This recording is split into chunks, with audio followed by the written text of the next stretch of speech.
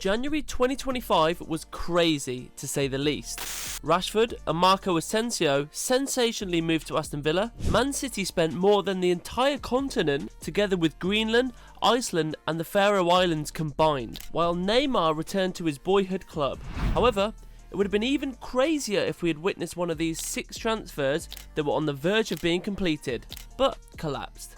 And one of them is Ronald Araujo to Juventus.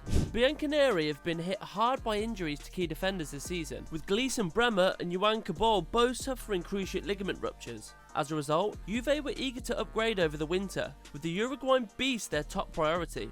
However, their offer was somewhat absurd, with Juve offering a €5 million loan fee with a €25 million buyback clause in the summer for one of the best defenders in the world. Understandably, Barca rejected the offer, demanding €70 million up front, but talks stalled as Juventus were reluctant to pay that much. Still, the saga doesn't end there. At one point, in the days following the 5-2 Super Cup thrashing of Real Madrid, Araujo was more out than in, literally inches away from convincing Barca to accept the offer. There are even videos of Gavi and Lewandowski urging Araujo to stay during the post-match celebration. They may have had a hand in his final decision, but the man who played the biggest part in convincing Araujo to stay was sporting director Deco. He didn't fail to remind the Uruguayan that he would always have an important role at the club, and at the time his influence would have been even greater following Inigo Martinez's injury in the El Clasico a few days earlier. Had he moved to Turin, the Juventus defence would have gained a leader capable of transforming a shaky back line.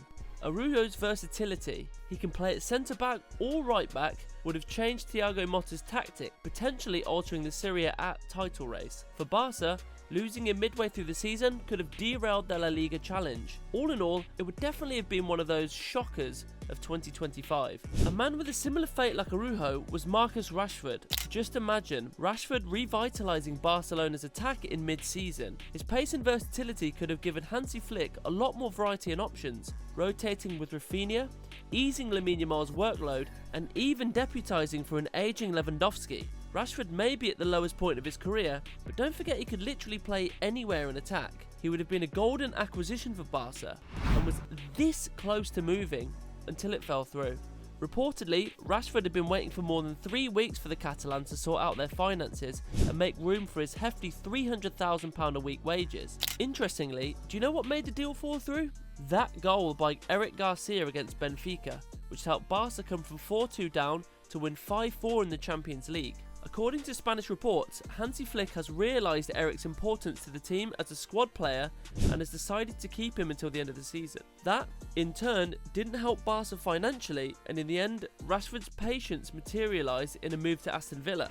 Yes, he looked a bit disappointed at the announcement video from the Birmingham side, but he might still have the chance to up his game in a lower pressure environment at Villa Park. Now, from Barcelona to North London, with another transfer domino that has almost reshaped European football. Yes, Alexander Isak's move to Arsenal was a real possibility in the summer rather than in January 2025, but the rumours of him leaving Newcastle were huge, especially after his recent form. He was voted Best Player of the Month for December after contributing 10 goals, which had a huge impact on Newcastle's return to the top 4 in the Prem. At the other end of the spectrum are Arsenal, one of the Premier League's most injury-riddled sides this season. Saka is out until mid-March, Jesus won't play a minute of football until August, and Kai Havertz is missing sitter after sitter. The Gunners are in desperate need of a striker, and Isak was seen as their dream acquisition.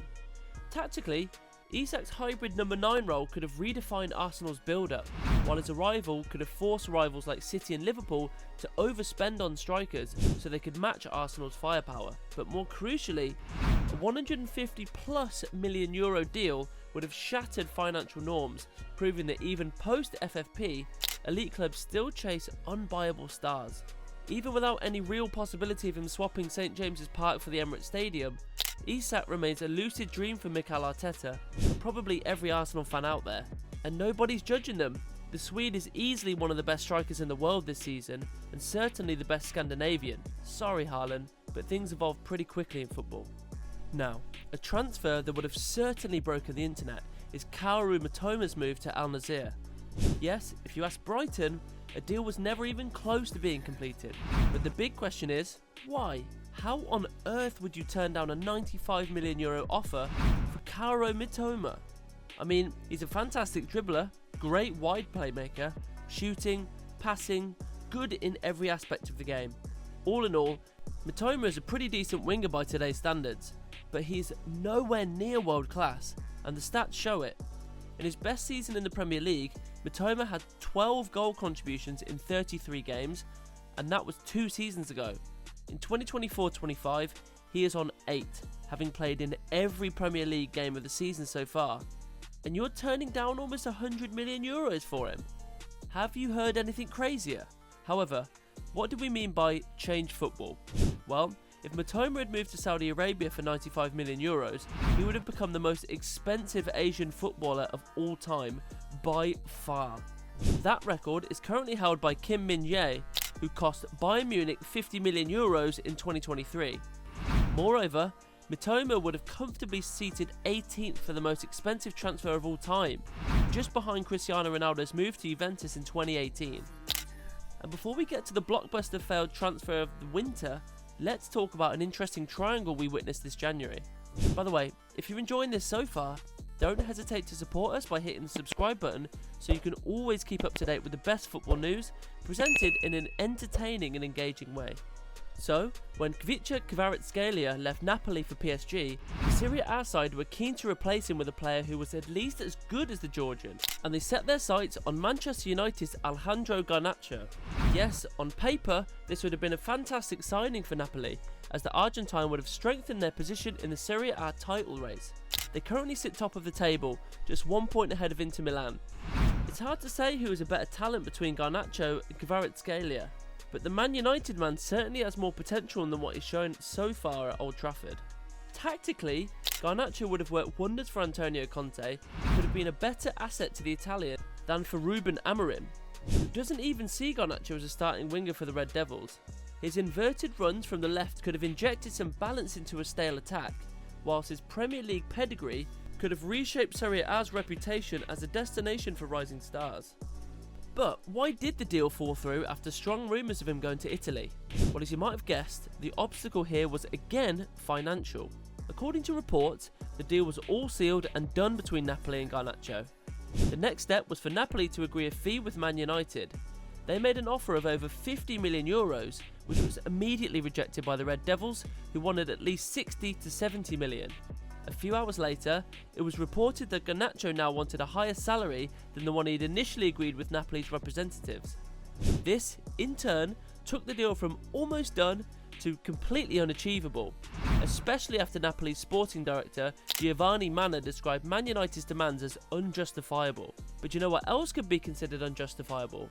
Making 2 bids, both under €20 million, for the best right back in the world. Yes, that's what happened a few weeks ago when Real Madrid wanted to sign Trent Alexander-Arnold.